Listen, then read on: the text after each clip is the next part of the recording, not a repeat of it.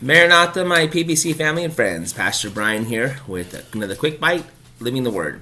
Today our word's going to come from Exodus chapter 15, and I was thinking about this morning. Actually, somebody talked to me about Exodus last night after our study about how there were many, even of the Egyptians, who went with the Israelites and dwelt with them as well. But what I found of interest as I was thinking about Exodus, I remembered Moses' song, and I just wanted to take a section, a small section of Moses' song, and read to us this morning by way of encouragement and a reminder.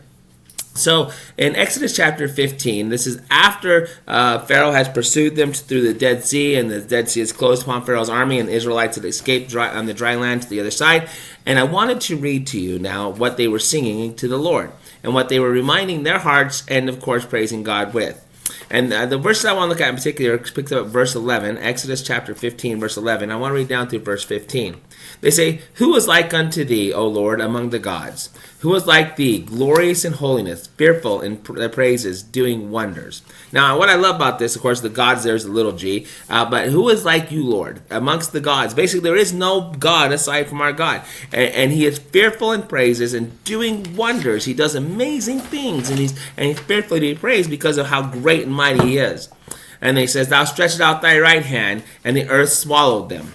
Right? Well, of course, we know this is literally what's happening here. That God, when the enemies are pursuing God's people, when the enemy is after God's people and says he's going to pursue and destroy them, that God can intervene. And I love, if you remember the story, that God literally stood and in the pillar of cloud, and then also the fire, between the encampment of the Pharaoh and his army and the encampment of the children of Israel. See, this is the beautiful part about our God. I don't think we recognize that our God stands between us and the enemy. That we just need to trust that God's going to be there. Call upon his name. When you're feeling the oppression of the enemy, when you're feeling like the enemy is bearing down on you, call upon the Lord. Let him stand between you and the enemy.